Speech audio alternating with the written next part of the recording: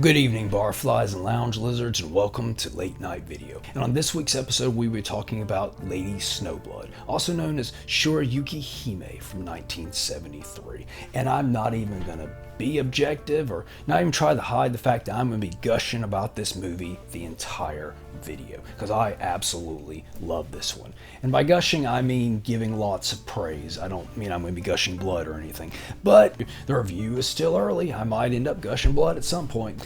And to just show how much I love this movie, I decided to get a little dressed up for this episode, because I figured that my usual schlubbiness just wouldn't cut it for a movie like this. Now, back to my gushing over this movie, not blood. I generally don't like it when people refer to movies as masterpieces. Though there are movies that are arguably masterpieces, I won't fault you there. It just generally comes off as sounding a bit pretentious when people say this is a masterpiece or that is a masterpiece. But you know what? Let's get pretentious, because this movie is a masterpiece. It's visually stunning. The acting is amazing. The direction is amazing. The writing is amazing. But again, the tone, the vibe, everything about it just really resonates and just has this feeling to it. And you can clearly see from just a glance the massive impact and influence this movie clearly had on Quentin Tarantino. I mean, Kill Bill alone is essentially a love letter to this film.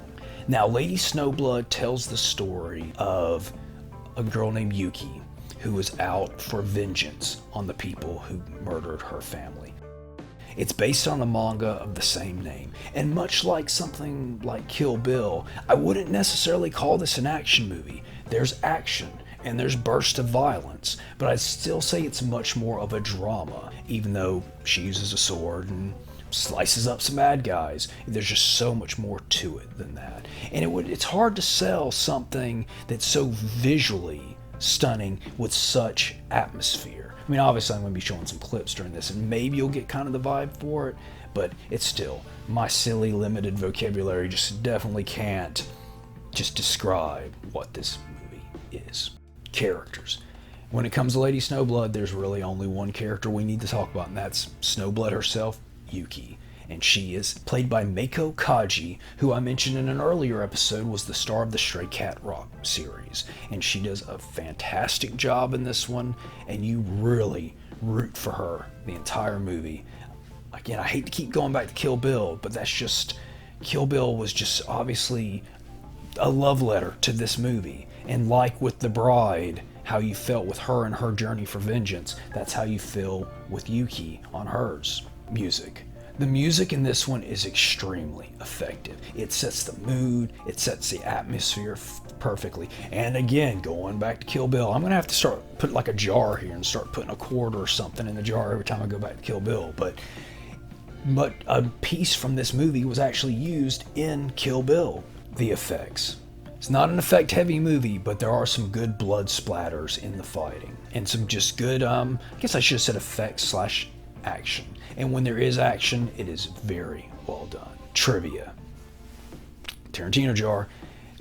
Supposedly during the filming of Kill Bill, during breaks in filming, he would make the cast sit down and watch Lady Snowblood for inspiration.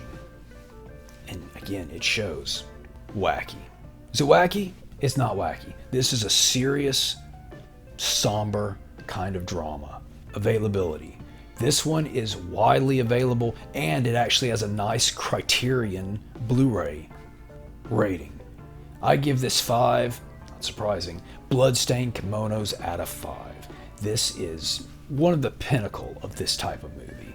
Like, if I had to put it in the martial arts category, it would be in my top 5 easily. Probably, I'd probably put it at number 3, right behind Duel to the Death and Last Hurrah for Chivalry. Well, for that kind of serious kind of martial arts drama. Now, if I was someone like martial arts comedies, it'd probably be a different list, but either way, this is a great film. Highly recommended. If you even have a slight interest in kind of swordy revenge type movies, or if you just really like Kill Bill, want to see the movie that basically spawned Kill Bill, do check it out. And that's all the time we have for this week. Please like, subscribe, comment. I didn't gush any blood. Keep it wacky.